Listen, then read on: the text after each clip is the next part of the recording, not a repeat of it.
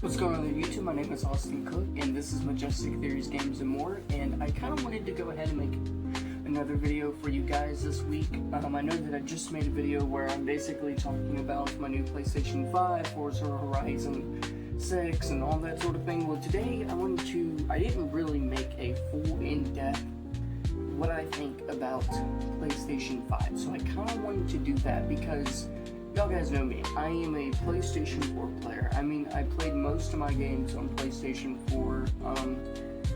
I own a PlayStation 3. This was the first system that I ever played video games on. PlayStation 3 played a huge part in my life, and currently, right now, I'm actually re-downloading Grand Theft Auto 5 on my PlayStation 4 because I do not own it on any of my systems, not even my Xbox Series S. And you would think, dude, you got a new system, you got a brand new system, why don't you, download Grand Theft Auto 5 on, my PlayStation 5, my Xbox Series S. Thing is, I beat the game on PlayStation 4 before, and I'm just really comfortable with playing it on PlayStation 4.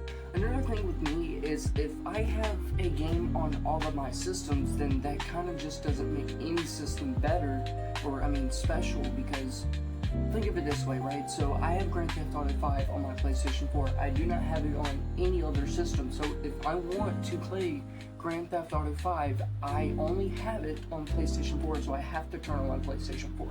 And that's kind of what I do now, because with, PlayStation, Xbox, and Nintendo, most games are on either console. And I don't really much like that. I know that that's different for PlayStation 4 and PlayStation 3 era of gaming, but I really just like having, a certain game on a certain system, so it kind of makes me power up that system. And I like all my systems, do not get me wrong. Today I kind of wanted to talk about the upgrade from PlayStation 3 to PlayStation 4 to PlayStation 5. So I kind of wanted to go ahead and start it off with saying, some of the just out there things, right? So obviously graphics is a huge part of the gaming industry today. It didn't used to be, but now it is.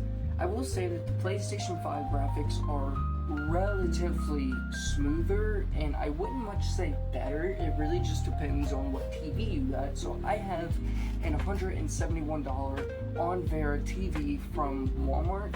It says that it supports 4K UHD, but I haven't tested it to its full ability. But PlayStation 5 on my TV, it looks really beautiful. It's really colorful, it's clear, it's really beautiful.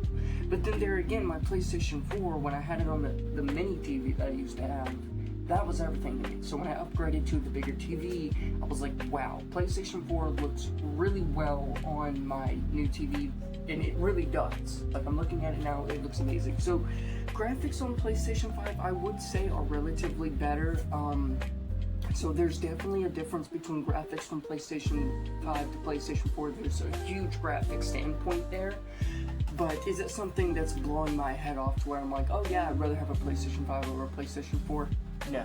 Now, games. Let's talk about games. So I have games that I have, and you can pause the video and look up them for a second, but these are all the games that I have for PlayStation 4. I am waiting to get a disc drive for my PlayStation 5 because, I kind of want to also have a physical media of PlayStation 5 games, because it's completely different versus with PlayStation 3 and PlayStation 4, where you actually have to buy the disc to play the game. Though you can buy some online, back then it just wasn't like a huge thing. A lot of people were like, I'm not really trusting this, but now it's like, that is the shit.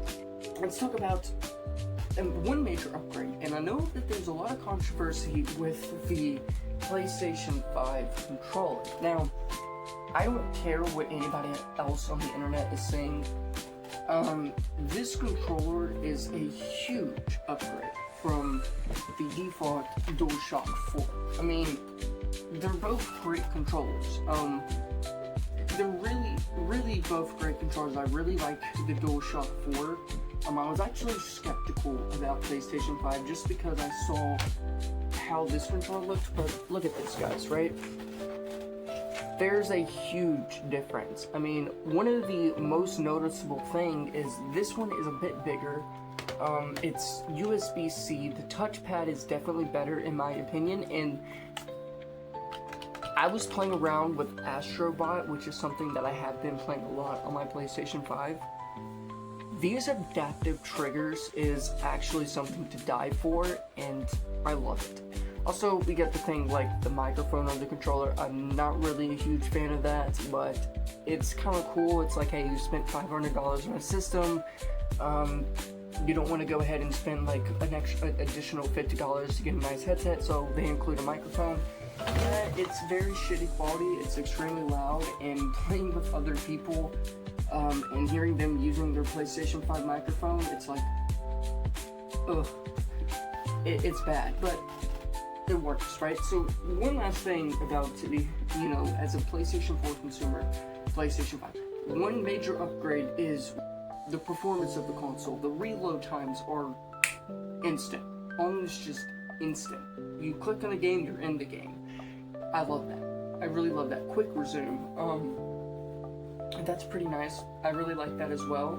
I don't have to let's say I'm playing Astrobot and I'm wanting to play a little bit of the Skate 4. Well, I'll just take a break from Astrobot, pause it, go to Skate, play Skate for a couple hours until I'm bored, and then just go right back to Astrobot where I left off without having to wait for the game to load back in. That is top tier. I love that. That is something that if PlayStation 4 had, PlayStation 4 would be the best system of all time. Now, what are some games that I'm really excited for PlayStation 5 to get? And I'm just going to end the video with this. The major one, Wolverine. I cannot wait for Wolverine. I know that we didn't get another, PlayStation Marvel Spider-Man game. That's okay. I can wait for it until they finally release the Venom game that they've been talking about for so long. Can't wait for that, but I cannot wait to play Wolverine because Wolverine is one of my favorite superheroes, and I'm just very interested to see what that game is going to look and feel like.